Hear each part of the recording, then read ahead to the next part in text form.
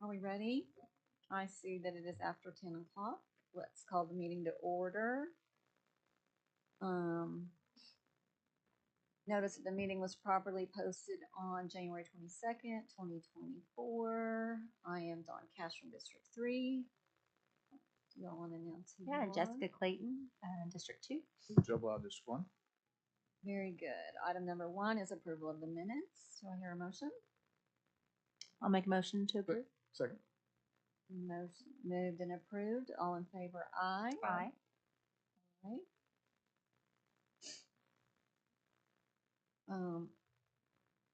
Item number 2, I guess, is a recurring item because I was surprised to still see it on here. I don't know that it needs any action. I think we're here for item number 3, but if you all would like to do item number 2, I don't object to that. Just an update. Do either of you want to do item 2 or just move to 3? Is there any new information? No, that's Gotcha. really just for our regularly scheduled That's meeting. very good. We'll just treat it item number 2 as a no action item and move on to item number 3, which is why we're here. Nikki? Okay, so this item number 3 is regarding the AG opioid abatement grant application. It is due on March the 8th. I've sent out the timeline. We've got a lot of components that we really need to get together on this grant for us to be able to submit in a timely fashion. One being, how do we want to spend these funds, and who do we want to partner with to have to spend these funds? So there's been a lot of discussion about how we should distribute these funds, and how do we get partners in, and how do we kind of go through that whole process. And one of the suggestions, well, first off, I've been kind of approached by a couple of different entities about this funding, and one being Remerge, and one being our treatment courts. Those are the two entities that initially reached out to me before the county submitted their letter of interest and kind of said, hey, these funds are coming available. We know that you guys are applying for it, and we would like to have our name in the hat whenever you guys decide on how you want to spend the funds. With that, an RFP surfaced on how we should kind of, put this out to the streets. And so now we're kind of at that point to where I've got eyes on the application. I've read it. I think that I've sent it out to everyone. Everyone's read it. And we need to figure out how we want to move forward on this application. So that was the primary reason for this special meeting today. Do y'all have questions? No questions. I can tell you that it is our preference that we issue an RFP to allow outside providers the opportunity to assist in dealing with this crisis. I recognize the treatment courts. They were just the recipient of $2.7 million, of which some of those will go into programs. In addition to that, the county, as we all know, has an additional pool of funds available for abatement that perhaps we could look at to assist the courts, treatment courts with. And then I know that perhaps the jail, the trust may be interested in having some of those funds as well. So we could utilize this money, in my opinion, to go out into the community to see what some of those providers might be able to do, and then look at using our internal funds, if you will, to address the needs of the treatment courts, maybe the trust, and then if there's some more willingness, look at public providers as well. So And if we did, that you hit to what my question was going to be. If we followed this proposed RFP process, would that allow for both public and private sector possible applicants to come in? Or would you want an RFP that limits to private entities only? And my preference would be both, with just the most meritorious request, an opportunity for whoever provides the most meritorious request to be considered. I think that's fine, as long as then, when we get to looking at dispersing the internal funds, if you will, we follow that same outline.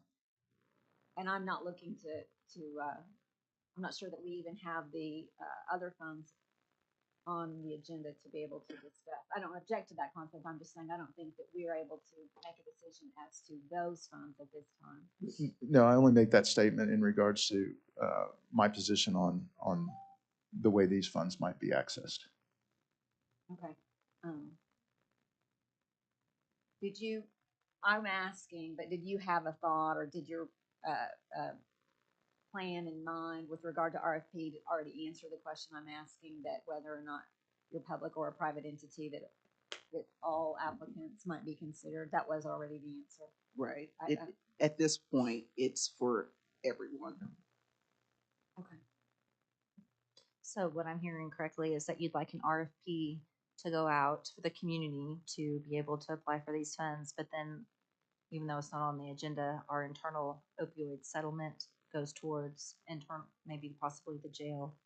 We Well, aren't able to services. Okay. even really Yeah, discuss so that right now. I think as it relates to this RFP and how this money might be utilized, knowing that we have a second pot of money, I'm completely comfortable with the idea that we open this up to the public providers, if you will, as well as those governmental entities Hmm. like the trust and the treatment courts, knowing that we have money that's going to come back following this potential dispersal, and that same process would apply.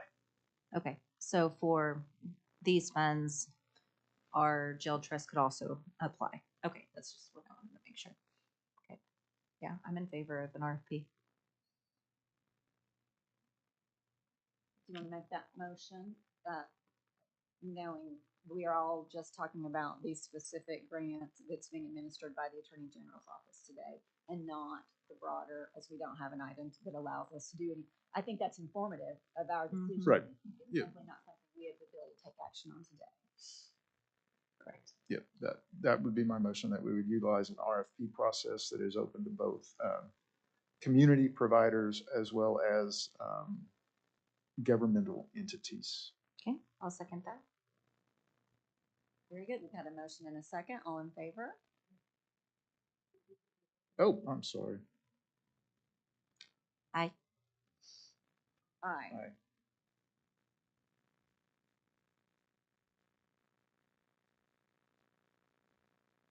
Very good. Do we have any citizen comment? And if I could Oh, make I'm a sorry, Nikki, go ahead. if I could make a request with that RFP, that we have an authorized representative from the P&G to help me through the RFP process. In what capacity to do what exactly? I don't Um, object. I'm just curious as to what you mean. Well, with the selection, if you look on, I believe, page 4 of the RFP, the selection and evaluation process, I think that would be helpful for me to have guidance on how to select an organization. The budget would probably be something that someone from P&G would have input on, that would be helpful. So in that capacity, just kind of walking me through the process of the RFP and having that representative from the P&G to kind of help me guide myself through it, I think it would be helpful.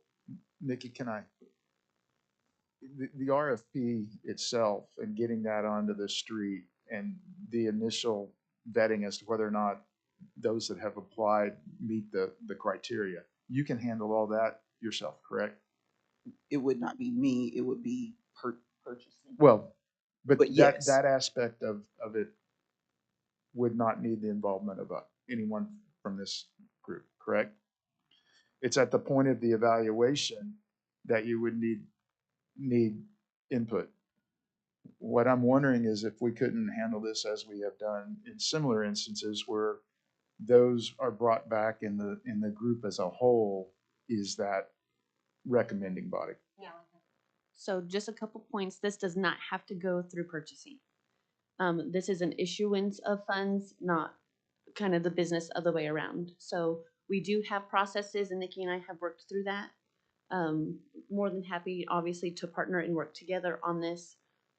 We don't have a vendor base, if you will, like a list of people to send to. So we would certainly be working together to know who to send this out to, so that there's that there's notice, that people are made aware, and then have the resources to respond.